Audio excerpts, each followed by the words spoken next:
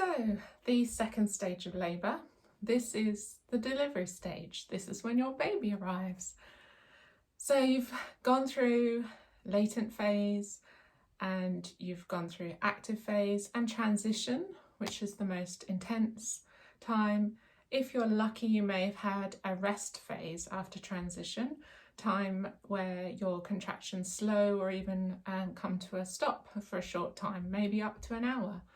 That's just time for you to catch your breath, go to the toilet, rehydrate and reposition.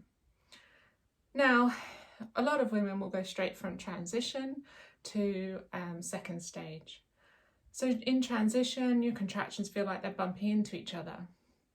In second stage, you'll start to have a little bit more time between contractions, about 2 minutes typically.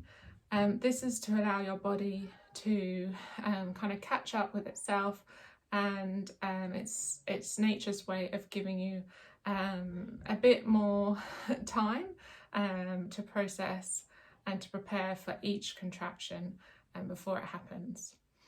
Now, you may feel a strong urge to push straight away, and that's active second stage, but for some it starts gently, and that's passive second stage. But whichever way it happens for you, once you feel that urge to push, it will be overwhelming and it will be instinctive. So a lot of women often ask, how will I know? Well, you just do. You feel a physical sensation. The baby is now very low in the birth canal, so the weight and pressure of them is different. You will notice that difference.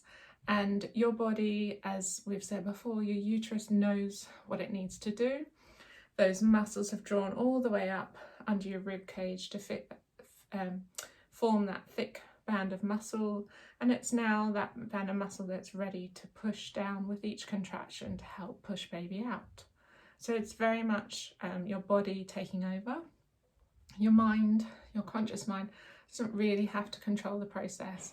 It's just about using your tools to help that process along.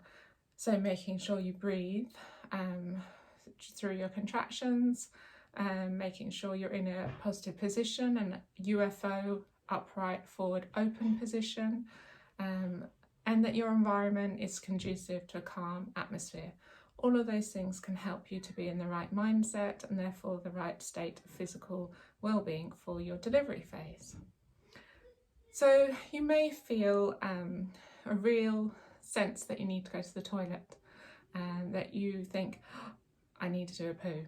Now that's very normal. It happens for a lot of women, and the midwife might humour you and you might find yourself sitting on the toilet. A lot of women find that a really comfortable position, because of the sensation. It feels like a natural place to be. However, this is just because of the position of your baby and the pressure that they're putting on that area of your pelvic floor, and it just simply means that it's nearly time for them to be born. So working with your contractions, being in a UFO position, you can breathe, and as your uterus starts to push your baby out and be delivered. Now, once your baby is crowning, you will probably feel a burning and stinging sensation, and that's your perineum stretching. As baby at this stage is being born, they'll push forward and roll back, push forward and roll back. So there'll be a little bit of time where your baby is naturally helping to prepare the area, the perineum, and helping it to stretch to make room for them to be born. So when you feel this burning and stinging sensation, that's your cue to go slow, keep things controlled, and don't rush. You have the option to ask the midwives to be hands-on if you want them to physically help support your perineum and help minimise any trauma to that area. And that might be something you can consider.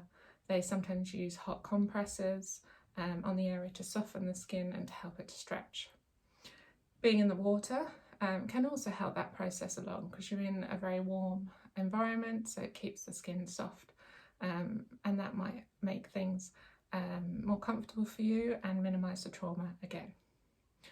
So thinking about your tools, just go with the flow and follow your instincts and continue to breathe as you deliver your baby. Once baby's head is delivered, baby will turn for their shoulders to be born, and the midwives at that point will help guide them out, and then they'll be very quickly put onto your chest for skin to skin. And in that moment, you'll breathe a sigh of relief and hopefully feel like a superwoman because of everything that you've just achieved.